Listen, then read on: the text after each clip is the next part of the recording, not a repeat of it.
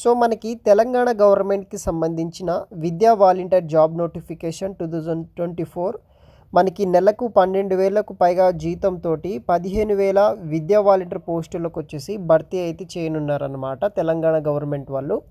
So తెలంగాణలో ప్రభుత్వ teacher ఉద్యోగాల భర్తీకి ఆలస్యం అయ్యేలా కనిపిస్తుంది కాబట్టి ఈ యొక్క తెలంగాణ గవర్నమెంట్ వాళ్ళు స్కూల్ వచ్చే విద్యా సంవత్సరం నుండి వచ్చేసి మనకి ఈ యొక్క విద్యా వాలంటీర్ అందుబాటులో ఉండాలని తెలంగాణ గవర్నమెంట్ వచ్చేసి నిర్ణయించడం అయితే జరిగింది.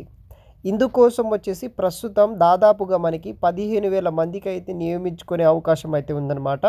సో మనకి ఓపెనింగ్స్ వచ్చేసి 15,000 వరకు అయితే ఈ యొక్క విద్యా వాలంటీర్ ఓపెనింగ్స్ అయితే అవైలబుల్గా అయితే ఉన్నాయన్నమాట తెలంగాణ గవర్నమెంట్ వాళ్ళ దగ్గర. సో జూన్ 11వ తేదీ నాటికి ఈ యొక్క ఖాళీ లేకుండా విద్యా వాలంటీర్కు భర్తీ చేయాలని ఇటీవల గవర్నమెంట్ అయితే నిర్ణయించడం అయితే జరిగింది.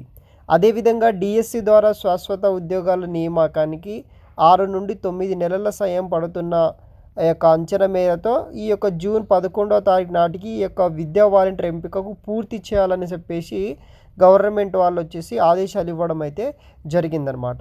సో ఈ యొక్క శాశ్వత ఉద్యోగాలు వీధుల్లో చేరేంత వరకు వచ్చేసి మనకు ఈ యొక్క విద్యా వాలంటీర్ వాళ్ళు అయితే వర్క్ అయితే చేశారనమాట.